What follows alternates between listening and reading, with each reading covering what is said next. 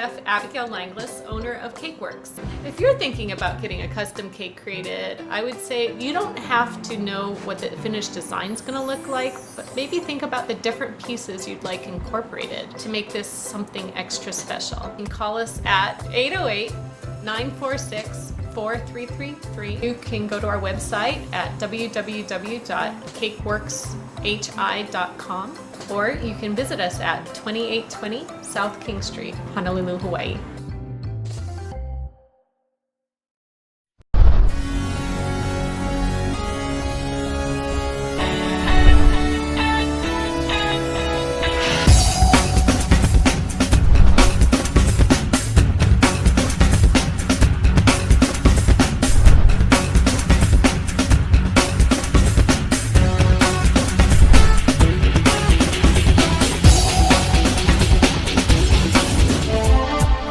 Today's guest is fine arts photographer Taylor Reece.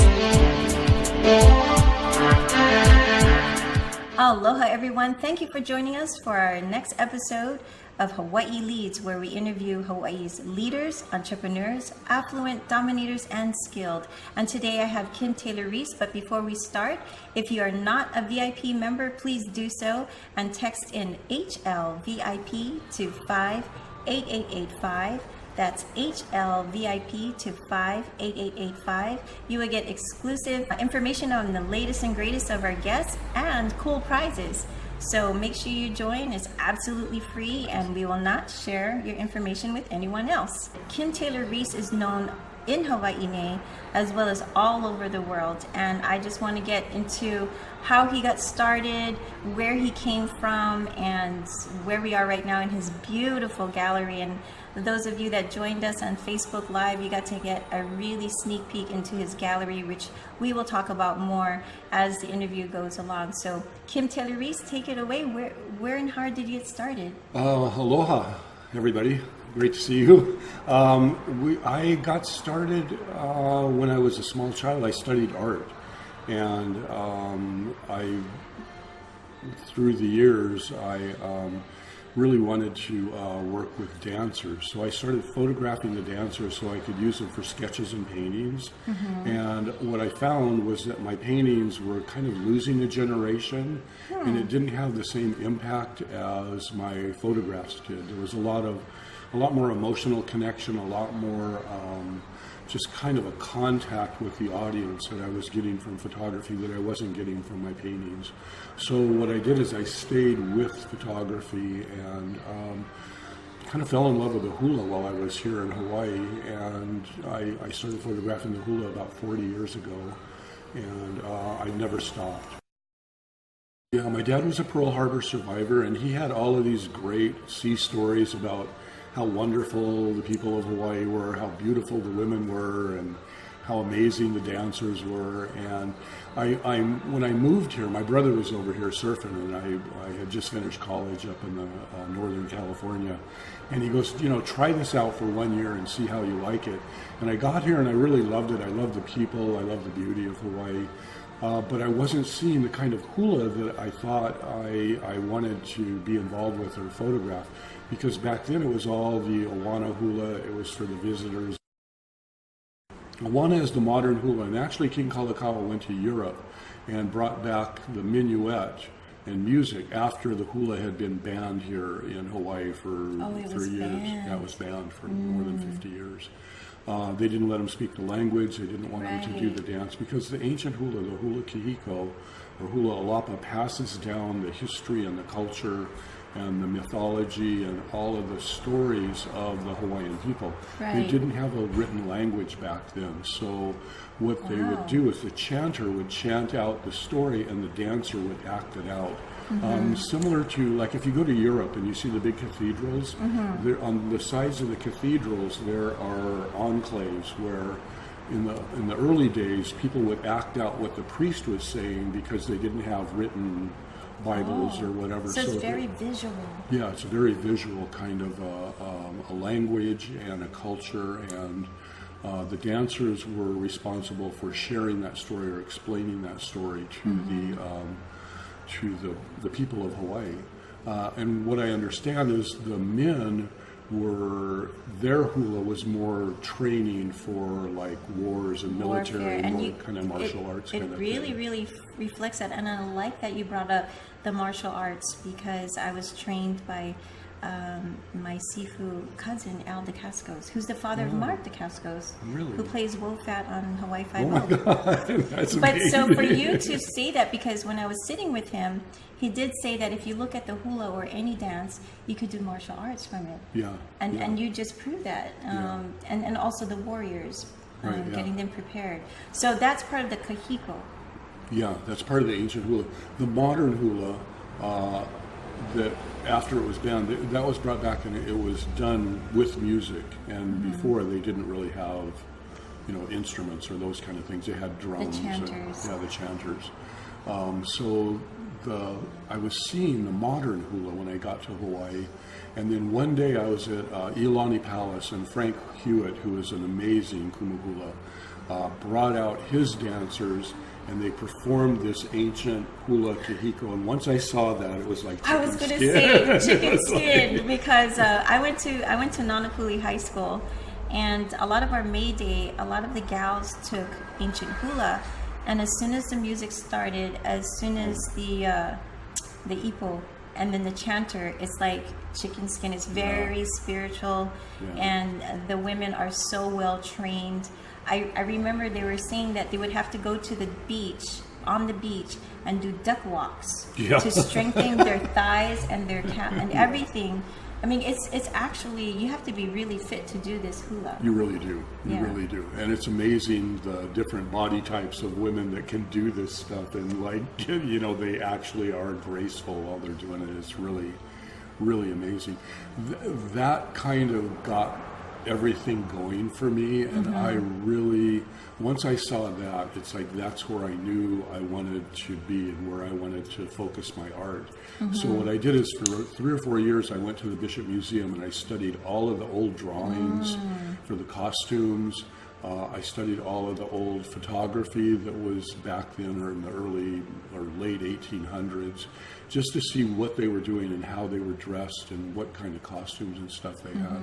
And then for years, I would go in and with Auntie Mikey Ayu or John Lake and all of these different kumu Wow, hulas. that's well-known kumus here in Hawaii, yeah. Kahai Topolinsky, all of these people, I would go in and I would sit there for their practices and I would watch them. And then I would go out and photograph them later. But I studied a lot of what they were doing, and what I found was each kumu hula had their own kind of family style.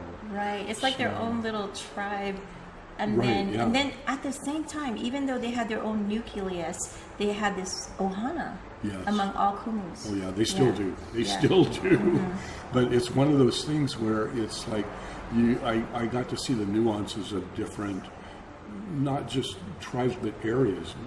Like Hilo is different than Oahu, and their dances are different.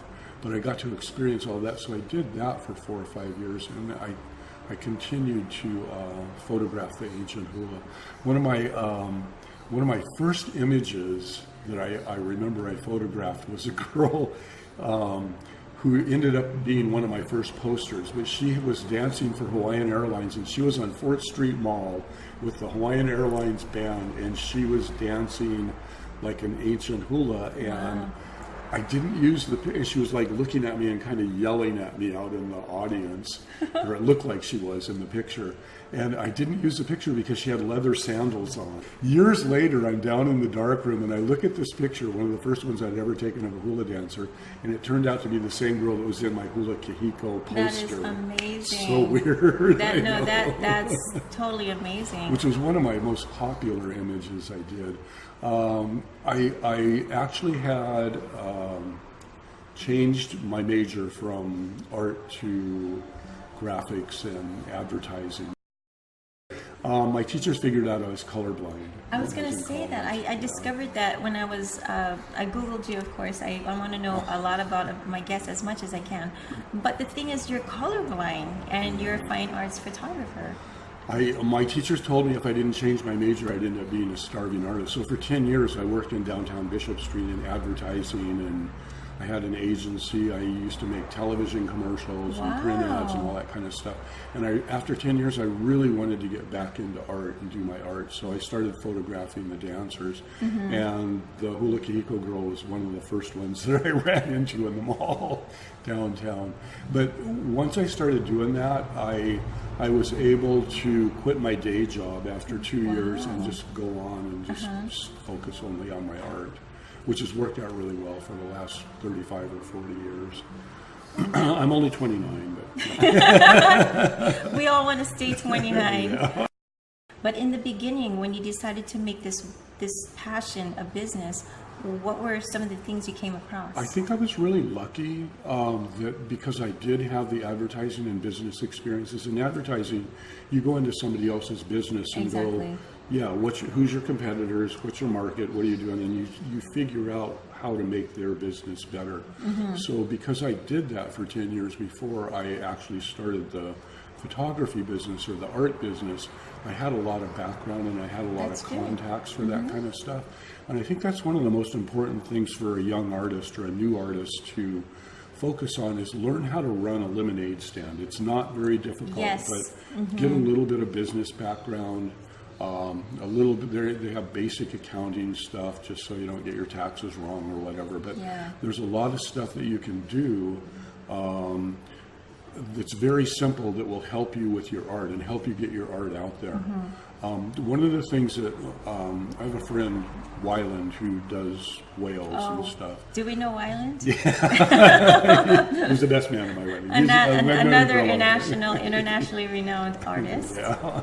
But one of the things that he said is you can be the best artist in the world. You can be Rembrandt, but if nobody knows who you are, the marketing.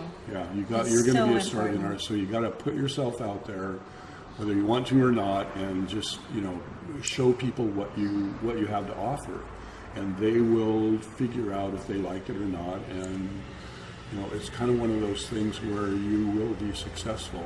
Yeah. The other thing is if you really love what you're doing and you have a passion for what you're doing, no matter what anybody else says, stick with it, because in your gut you're probably right. And for me, it's been longevity. It's like, how long can I do this? And I'll have people that'll come in and like competitors and those kind of things, and they'll kind of fall to the wayside after a while. And it's like, how long can you love doing what you love to do? And eat at the same time, put a roof over your head. Yeah. So it's kind of one of those things where, you just have to really go with your passion and what you feel, and to be able to share that with the rest of the world is really rewarding to me. And what I found is that some people that I've talked to, they'll talk their idea to maybe a loved one or family or friends, and sometimes they are, the worst to hear back, because I interviewed Hide Sakurai. He owns 3 restaurants, Shokudo, Buho, and Bread and Butter. And when he decided to do Buho, they're like, oh, Hide. And look at where he is today. Yeah, it's an amazing place. Everybody wants to go there. Yeah. I get that myself. What are you thinking? I'm getting it this week. I have a coconut tree that's out over the water right down the street from me. I'm trying to find a local model to just go out and do it. And Kanoe's going, no, it's not. Don't do that. And it's like, this is going to fall into the ocean in 2 days. It's not even going to be there. I need to do a photo shoot. And I'm just going crazy to find like a model out here in the neighborhood. But who wouldn't want a model for this guy? Well, I don't want to have somebody drive out for an hour from Honolulu to do a 15-minute photo shoot and then drive back for another hour. The pictures would be worth it, but it's kind of one of those where I really protect my dancers and my models. I have done photo shoots with Miss Hawaii's and different girls where we'll go to Sandy Beach and there'll be 200 people in a horseshoe taking vacation pictures of them. Right. Once that happens, like, I'll never do that to my dancer again. It's like, we'll find a nice place where they can secluded. Where they can just get into focus. Their space. Now, let me ask you this: as you're, taking photos of your models, is there music in the background, or is it all in, they remember the steps? Most of the time they remember their favorite dance, and they've done it 1,000 times, so they know that. Occasionally we'll have kumuhulas or other people that will come out and chant for them. That's great. We have done stuff where they will bring their own music or their own stuff on recordings, but usually every dancer has their favorite song. Right, right. And we'll just kind of let them go and do that. I've noticed over the years that it takes them about maybe 20 minutes or so to get comfortable. And then what happens is if they get into a space where they totally forget that I'm there and they're only into their dance. That's the golden nugget. That's the magic, yeah. That's when I get my best pictures. So that's really good because you let your talent do what they need to do to prepare. You're very patient with them. Yeah. And on direction, how much direction do you give them?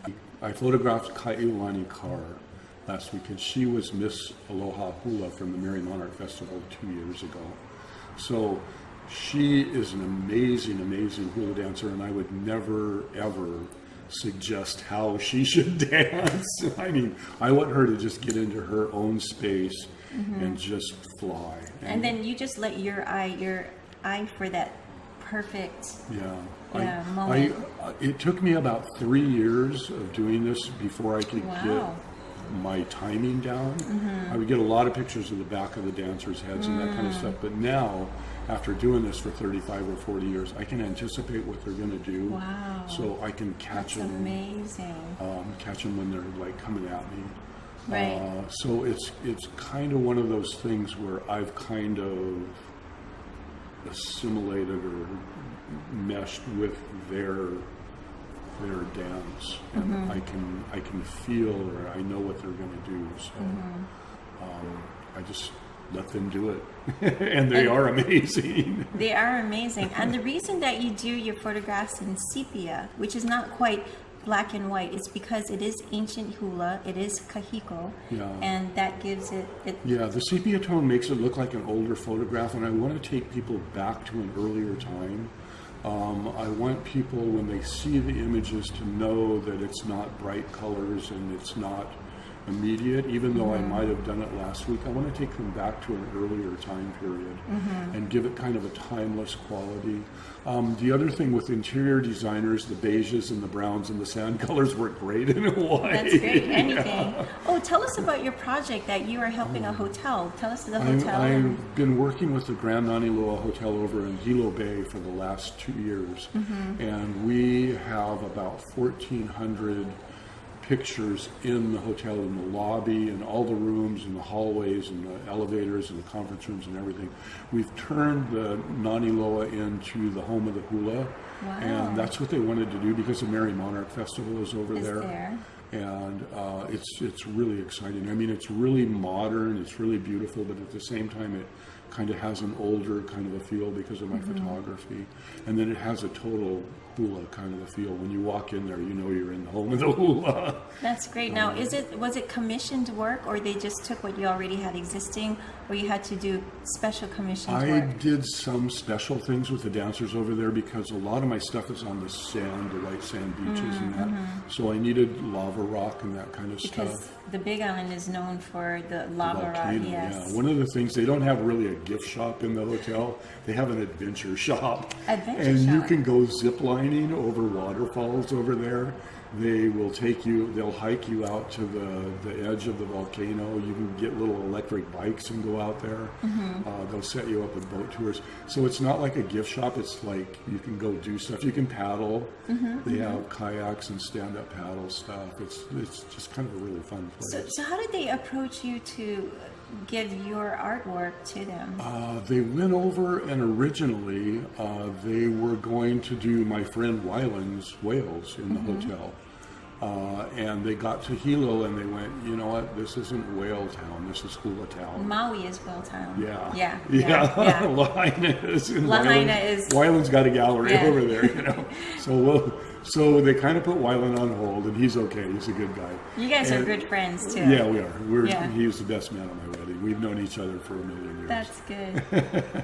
When they got over there, they saw that Hilo was totally the home of the hula. Exactly. And they called me up and they said, you know, we're going to change out and we want you to work with us on this. So I came in and I looked around, and it was a drywall and construction site, and I love this stuff. Because I carried lumber to redo this place for Yeah, years. and well, you know what? Since we're on the subject, let's talk about your gallery. Now, you bought this house originally in God, 1991. 1991, right across the beach. Yeah. I mean, it's amazing. And it took, it was kind of out on a point where, you know, I figured people coming back from the Polynesian Cultural Center would have to drive by this. So we knocked out a floor, did all of this glass, and built a 25-foot high wall for a billboard. It's And amazing. We put our murals up here. So when people drive by, it lights up at night, and they can see the hula dancers when they come by. So, and what happened is I wanted to use it as a studio because there's a dark room here and offices and all that kind of stuff. And I just really wanted to use it as a studio, but everybody kept coming up and knocking on the door and going, you know, can we come in and look around? And it's like, yeah, okay. Mr. Aloha here. It's like, yeah, sure, come on in. I love this evolution of a regular home into a gallery. It's amazing. Yeah, and then Kanoi came along and she goes, you know, we have to control this. She used to be a school teacher for Bruno Mars, but Wow. she was going, you know what, we have to have days and hours. I was talking with Kim's wife, Kanoi, and she said that they travel all over the world, but there's places right here on Oahu or the neighbor islands that we never have been to. Now, I have lived here my whole life, and this is the first time I am coming to Kim Taylor Reece's gallery. And so, local people, come on down. Tell them the hours that you're here. We're here Monday, Tuesday, Wednesday from 12 to 5, and it's really casual. Most people show up after You they've have been to to the take off beach, your slippers, like but you can have family stand up style, to your knees. right? It's very, very casual, and we just want to share it with people. We just, you know, we don't. I mean, we care, but we don't really care if they buy anything or not. It's not that big of a deal. Most of our stuff is on the internet all over the world these days. But Right. it's nice to be able to share with people and to show them not just the images, but like the views. We get whales It's in the amazing. wintertime. Yeah. We have Sacred Falls in the back, and it's just a really, really pretty place.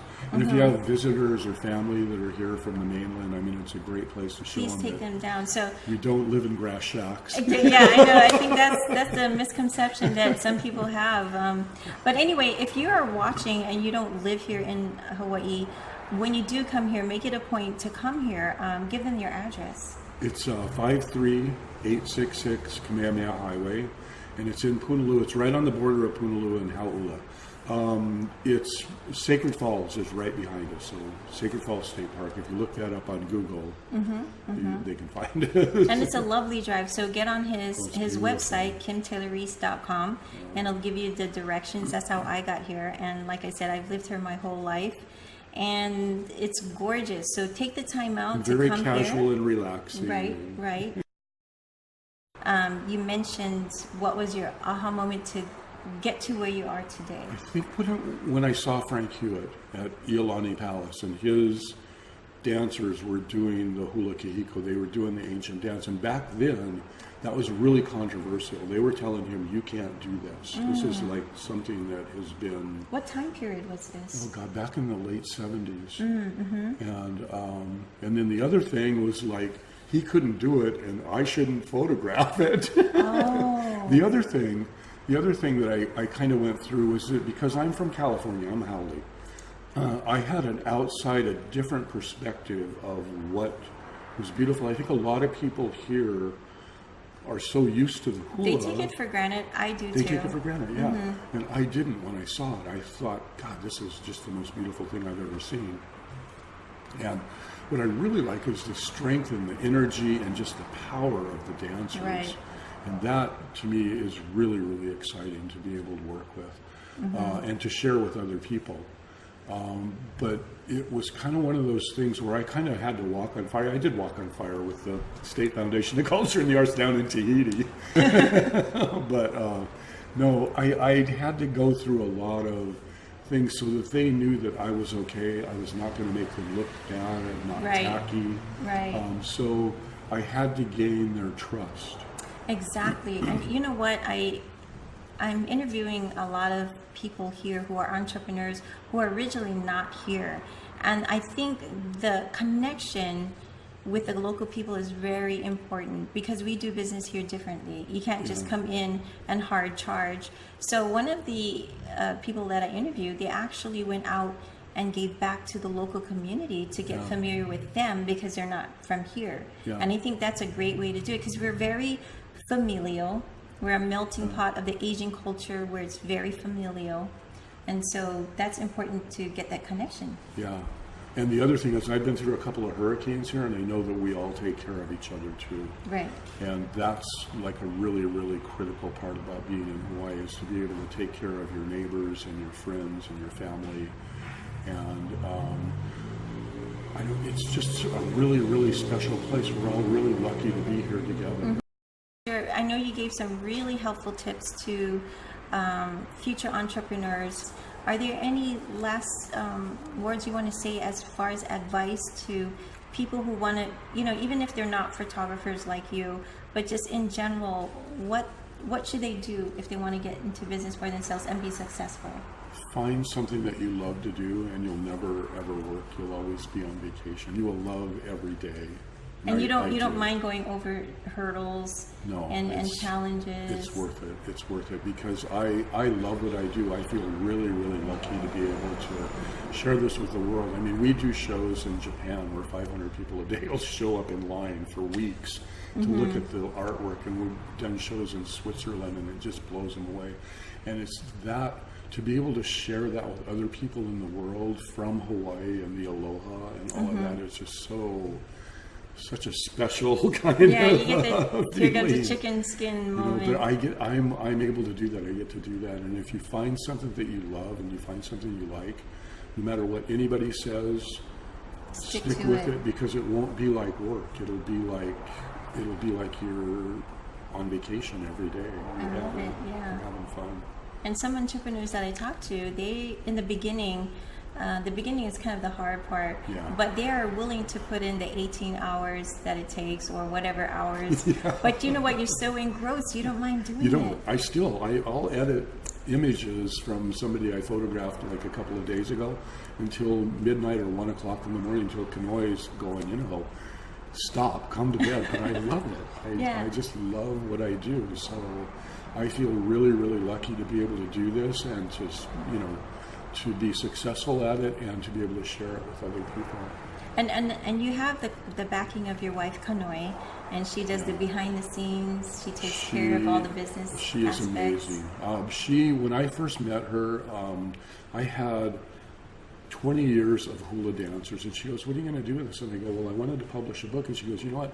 I'll take care of all the phone calls. I'll take care of everybody. You just go and you edit this. And she helped me publish my first book. We've done 5 books since then. And these are like the coffee table books, the big coffee table they're books. beautiful. If she wouldn't have been here to just kind of take care of all of the everyday stuff, I never would have gotten that first one out. And now we've expanded off into just all kinds of different areas, hotels. Yeah. I mean, who would have ever That's thought? amazing. A hotel. And tell us about your gallery. You were interviewed by Home and Gardens? Yeah, Home and Garden. After we finished this, Home and Garden came over and they filmed it, and they ran that thing for a year on television on the mainland, and then That's the amazing. Fine Living channel picked it up and ran it for another year. And since then, we've had all kinds of different interviews and things, documentaries. We've got a documentary in Germany right now. We've got a magazine, a Home and Garden magazine from Japan. I can't read it. They came over and they go, you know, this magazine wants to do a story on the gallery, but they don't want to talk to you. They just want to see the gallery. So they did a whole thing with the gallery, but it's an interior design magazine in Japan. I can't read what they're saying, but I mean, it turned out really nice. It's really beautiful, but it's really nice to be able to share that with internationally, with the rest around of the world. Yeah. And getting into the Home and Gardens, you have different products now that you have. It's not just your stills and photographs, but you've gotten into the home decor. Yeah. So tell us a little bit about that. I think the sculptures kind of got us into it. And we do bronze sculptures, and then there's another one called a cold cast. It's more of a fiberglass, more affordable kind of a thing. And they started doing lamps, and people started getting those to go with their prints for their bed and breakfast or their hotels and that kind of stuff. Yeah, that's a great idea. Yeah. And then once we started working with the hotel, we noticed that everybody loved the pillows so when they were walking away with them. Here's the pillow. But So you can have that for your home, and they can find it online or come to the gallery. yeah, and so we've kind of expanded into more interiors and that kind of things. Some of the designers here, Kini Zamora and Ari South and Olamana and those people, and we've been developing different lines of women's clothing and scarves and leggings and those kind of things. Yeah, I saw the leggings. You only have 2 left. I know. You have scarves, and you even have something to hold the wine in to keep it cool. A like cooler. wine, if you're good, they make good presents too. You can give them the whole cooler and the bottle of wine with a little dancer on it.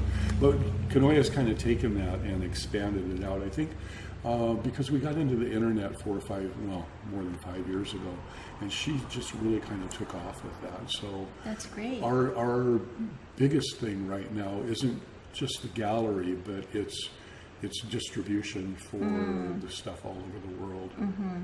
And you've taken advantage of social media? Yeah, we have. We're on. We have a website, and then we have Facebook and Instagram. We're not really tweeting a lot. It's like Instagram seems better because you can get pictures in there. Yeah, I think so too. I think Twitter has seen its heyday, but now it's Instagram for the younger segment, and then for that different demographics, it would be Facebook. Yeah. I like Instagram because I can keep it under control, because Facebook is like way out there with lots of people. But my Instagram, I know where my musicians are playing.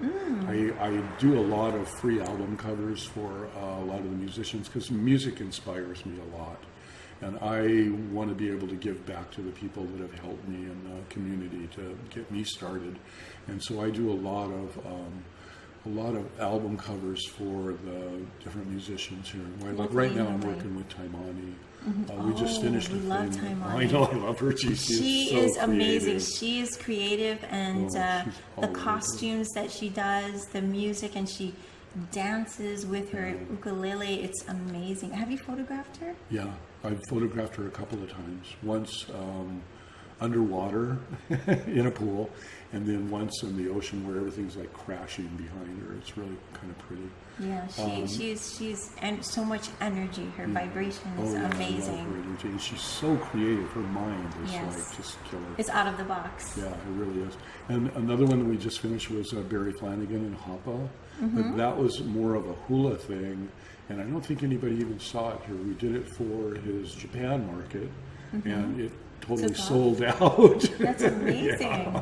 Yeah. So, but I mean, all the way back to Naleo and the Kapena, all these different people I've worked with, So which is really kind of. I mean, that's amazing that you get to be with the local talent. Yeah, it's fun for me because I love music, and I just really love.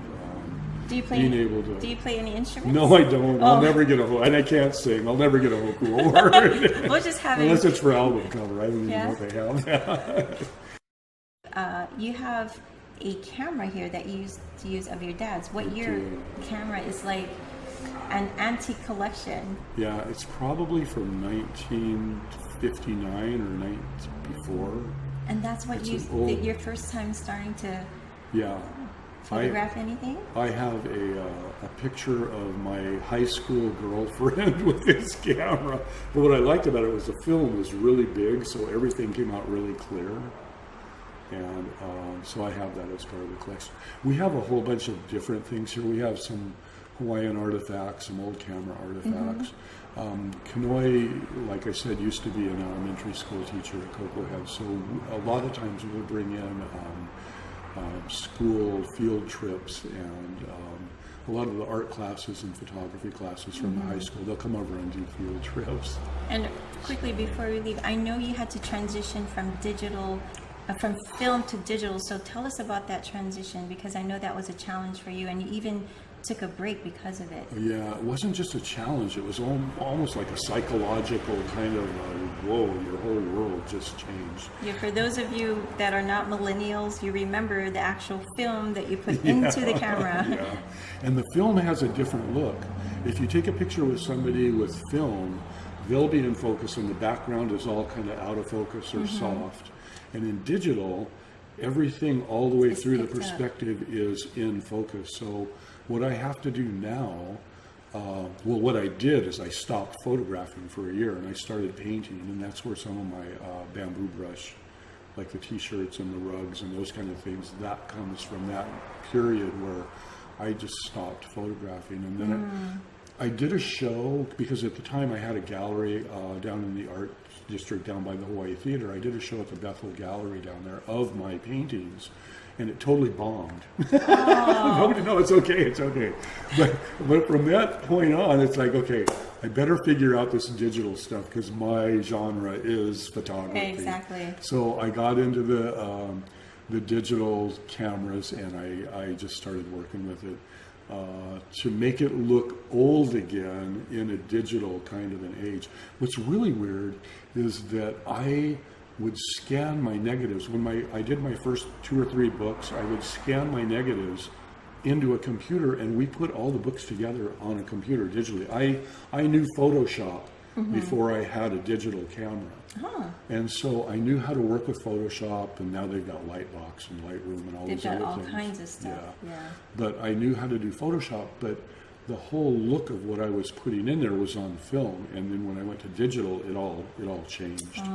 So now, 5 years later, I'm You've still made peace with digital. I've made peace with it, but I'm still struggling with it. It's not the same. It's not. But do you think is it the same image that you want to portray through digital? I can work it out with a lot of extra work to make it look that way. And you know what it is? It doesn't matter what kind of a camera you have. You can have a cardboard box disposable camera. You can have a Nikon $10,000 whatever. Or your iPhone. Yeah, or your Smartphone. iPhone. Yeah, you can do that. And I swear to God, there's enough pixels in there so you can publish a book with your iPhone. And at the same time, it's the subject. Yes. It's how you catch the subject. It's what you see and the Right. way you see it. It's not the camera. You can have a cardboard box camera, and if you've got a great image or a great dancer in front of you, you're going to get an amazing picture. Or your phone. I love that tip that you just gave us. I mean, that's very, very inspiring, and it gives us a lot of hope. Yeah, you don't need to spend a lot of money on a big, heavy-duty camera, because what's happening now with technology, our last trip, we went from Budapest, Hungary, up to Amsterdam on a river cruise, and we went through Germany and Vienna and all those kind of places. Our whole trip I shot with my iPhone, and we came back and we went to Costco and made a little book about And our you're like, trip. this is pretty cool. Yeah, and it worked. It really worked. But it's not the camera, it's your subject, and it's what you're photographing. And if you love flowers, or you love landscape, or you love dancers, or just beautiful women, or guys, I don't know. No, I mean, that's where the magic is. The magic is with the subject, not the camera. Exactly. And there's rule of thirds that you have to take into consideration for movement and stuff like that. But basically, you have to have the eye. And I find that a lot of young people on Instagram and everything, they're growing up with this automatically almost. Because of technology. Yeah, which is good, which is great. I mean, it gives them a very discerning, kind of a different perspective. And that's why I like working with the younger artists and the younger photographers. I'm glad that you're saying that. Because it just really, they're really innovative, and they're really willing to take risks and try different stuff, which is, I think it's great for the whole art world. It's good for all artists to see what other artists are doing. So we got a lot of tidbits from Mr. Reece here. For those of you who want to get into business, who love the photography hobby, maybe turn it into a business. Yeah. And come down to his gallery. Give us the hours again. Monday, Tuesday, Wednesday, from 12 to 5. And in the wintertime, we have whales that jump up right here in front of the window. And in the back, we have the mountains and Sacred Falls. And it's just really casual. Yesterday we had 2 little girls running through here in their princess dresses. This is a place where It's ballet very Ohana. dancers, Very ballet family. dancers come in and like jump all over the room, and we let kids run all over. Yeah. So it's a really good place. Well, thank you so much for sharing with us, thank you. Kim. I am This is so great. grateful that you allowed us to come and know more about you and your talents and your passion and your advice, because that's what I really want to have for this show, is to share with other people that could help them on their journey of their passion. And when it comes to passion, you have to eat. So it has business in the backing, and there are challenges, but like you said, if it's a passion, Yeah, stick with it. Longevity is the key. Just if you love what you do, it will work. all right. Well, at the end, we always shaka out. And for iTunes, we say ahui ho until we meet again. Ahui ho. Aloha. Aloha. A como mai. Welcome to Kim Taylor Reece Gallery. Open Monday, Tuesday, Wednesday 12 noon to 5 p.m. Enjoy the casual setting and beautiful gallery images. Gorgeous beach views in the front and magnificent mountain view in the back. Call 808-293-2000 or visit www.kimtaylorreece.com.